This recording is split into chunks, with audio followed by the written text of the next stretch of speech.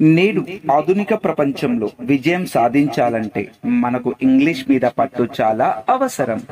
ఈ రోజు మనం రోజు వాడే పదాలను ఉపయోగించి ఇంగ్లీష్ మీద పట్టు సాధించడానికి ప్రయత్నిస్తాం. Let's welcome back to our channel. Please subscribe for more videos. హృదయం శుద్ధిగా కలిగియుండు. In English, be pure in heart. Once again, be pure in heart.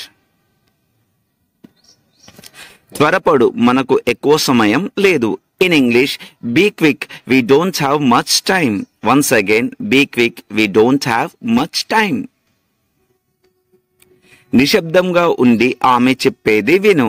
In English, be quiet and listen to her. Once again, be quiet and listen to her. కొంచెం సేపు నిశ్శబ్దంగా ఉండు. In English, be quiet for a moment. Once again, be quiet for a moment. ఈ రోజు నా అతిథిగా ఉండు. In English, be my guest today. Once again, be my guest today. శుభ్రంగా చక్కగా ఉండు. In English, be neat and smart. Once again, be neat and smart. దాన్ని కొంచెం కత్తిరించు. In English, cut a bit off it. Once again, cut a bit off it. చుక్కల రేఖ వెంట కత్తిరించు. In English, cut along the dotted line. Once again, cut along the dotted line.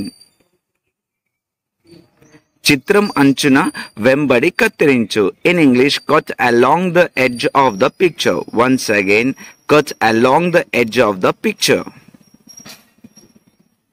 దీనిని బాగు చేయు. In English, get this repair. Once again, get this repair. ఈ బట్టలు ఉతకండి. In English, get those clothes washed. Once again, get those clothes washed.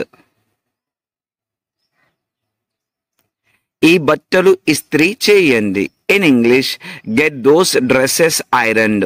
Once again, get those dresses ironed.